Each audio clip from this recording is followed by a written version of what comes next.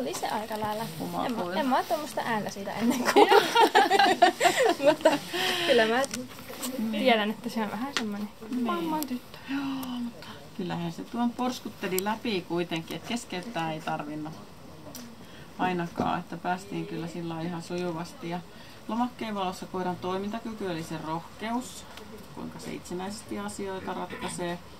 Ja onko sen toiminta aina ihan järkevää, niin ei se mikään maailman vahvin nalle ole, että apuja tarvitaan jonkun verran kuitenkin, että se on -1 pieni. Pimeässä se toimi hienosti, kun siellä ei ollut mitään uhkaa, että ainoa uhka tulee koiran omien korvien välistä, että siellä se poskutteli ihan mukavasti eteenpäin, mutta sitten kaikki muu vähän pelotti liikaa. Terävyys, kuinka se reagoi aggressiivisuudella uhkaavasti käyttäytyvää ihmistä, niin ei me kyllä nähdä terävyyttä missään kohtaa. Että se on +1 p-koira, joka ei osoita lainkaan terävyyttä. Ja puolustushalu, kuinka se haluaa laumansa puolustaa, kun te olette yhdessä liikkeellä. No kyllä se kantaa ja halua sillä varmaan olisi, mutta uskallus loppuu siinäkin kohtaa sitten kesken, että se on +1 pieni. Taisteluhalu leukojen lihasten käyttö, joo, se otti siihen pehmoleluun ihan kivasti kiinni, mutta se ei käyttänyt sitä missään muualla. Että aina kun pelottaa, niin sitten se voisi ottaa sieltä sitä taistelutahtoa vähän esiin ja niin mennä sitä uhkaa kohti, mutta se on -1 pieni.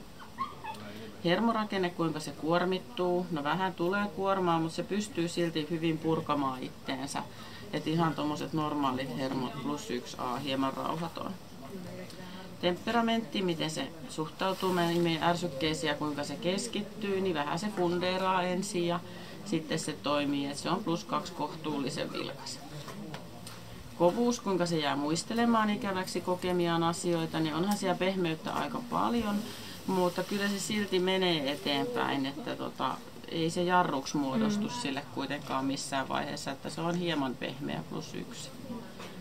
Ja luoksepäästävyys on +2A, luoksepäästävä aavistuksen pidättyväinen, että kyllä siihen ihan koskemaan pääsee ja ihmistä tykkää, mutta hiukan sitä jännittää tietyissä tilanteissa. Laukaukset ei aiheuttanut reaktiota, laukaus varma.